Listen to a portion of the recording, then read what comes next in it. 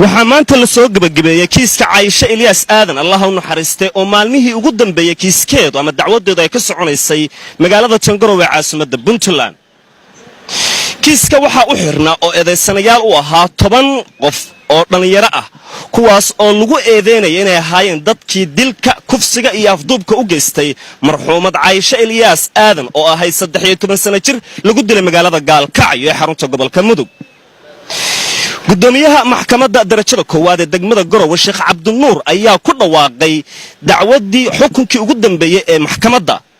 waxa uu dil toogasho ku xukumay 3 eedeysanayaal hore u ahaa oo uu iminka noqday dambiilayaal isla markaana uu toogasho ku xukumay waa Cabdishakuur Maxamed Dige Cabdifataax Cabdiraxmaan Warsame iyo Cabdisalaan Cabdiraxmaan Warsame oo ah laba walaalaha balse garsoorku wuxuu sidoo kale uu fasaxay oo xoriyadooda dib ugu soo celiyay 7 kamid ah eedeysanayaashii 10 ahaa ee loo haystay kiiska Caaisha Ilyas Aadan. gudoomiyaha maxkamadda darajada koowaad ee degmada Garowe Sheekh Cabdinuur wuxuu sidoo kale tilmaamay in xukunkan uu ka furan yahay racfaan muddo bil ah. waddu markay dhageysatay dhageysiga koowaad iyo dhageysiga labaad iyo dhageysiga saddexaad oo hadda gabagabadiina uu ku soo gabagabeeyay xeer ilaaliyaha guud ku xigeenkiisa Maxamed Xareed taargida dacwada koowaad uu kaga dhigay 3 eedeysane oo kala ah Cabdifataax Cabdiraxmaan Warsame iyo Cabdishakuur Maxamed Dige iyo Cabdisalaan Cabdiraxmaan Warsame.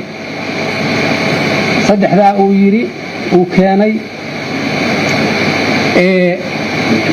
dhacaankii laga qaaday iyo cidiyihii gabadha dhacaankeedii iyo cidiyaheedii iyo iyaga dhacaamadoodii oo la soo baaray Nairobi lagu soo baaray cadaymihii maxkamadda uu hor keenay oo muujinaya inay isla falgaleen 7 kale laakiin uusan keenin eediisana uu ku ururiyay maadaama wax cadayma u hayn in la dhaariyo maxkamadduna ay dhaarisay. maxkamaddu waxay amraysaa lambarka 4 ilaa lambarka 10 xorriyadooda in loo sii daayo sida ugu dhaqsaha badan. 3 kale oo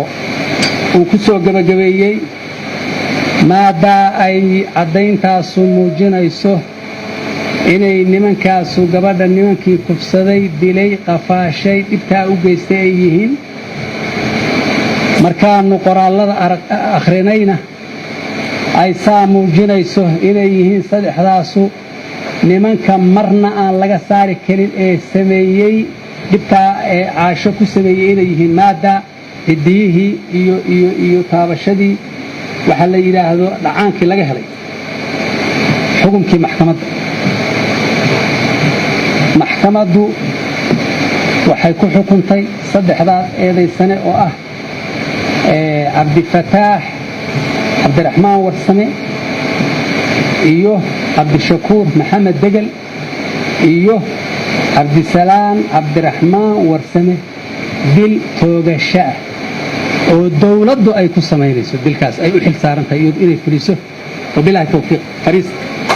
waxaa jirta walwal fara badan oo ay muujinayaan qareymadii u doodayay 3 eedeysane ee maanta dilka toogashada lagu xukumay. qareennadu waxay tilmaameen in kiiskan uu yahay kiis hal dhinac ka raran isla markaana aan waafaqsanayn cadaaladda waa sida qareennadu ay sheegeen. dadweyne aad u fara badan oo iskaga kala yimid gobolada Puntland sidoo kale ehelada dhibanayaasha iyo ehelada eedeysanayaasha ayaa iyaguna sidoo kale ku sugnaa xaruntan hoolka ee magaalada Garowe. dhammaantood waxay u joogeen halkan si ay u ogaadaan dacwadda kiiska Caaisha Ilyas Aadan iyo halka ay saldhiga dhigan doonto. qaybaha kala duwan ee bulshada Soomaaliyeedna waxay si gaar ah uga socdeen arrintan xasaasiga ahayd dhanka baraha bulshada. kiiskan wuxuu noqonayaa kiiskii ugu adkaa ee maxkamadaha Puntland ay qaadaan. sidoo kale cadaymihiisa midda ugu muhiimsan ee loo adeegsaday waa cadaymihii DNA-da iyo dheecaanadii la qaaday waana kiiskii ugu horeeyay ee habka baarista dheecaanada ee Puntland ka dhaca xukunna lagu rogo. Maxamed Cabdiwali Nuur Timir CNN Garowe.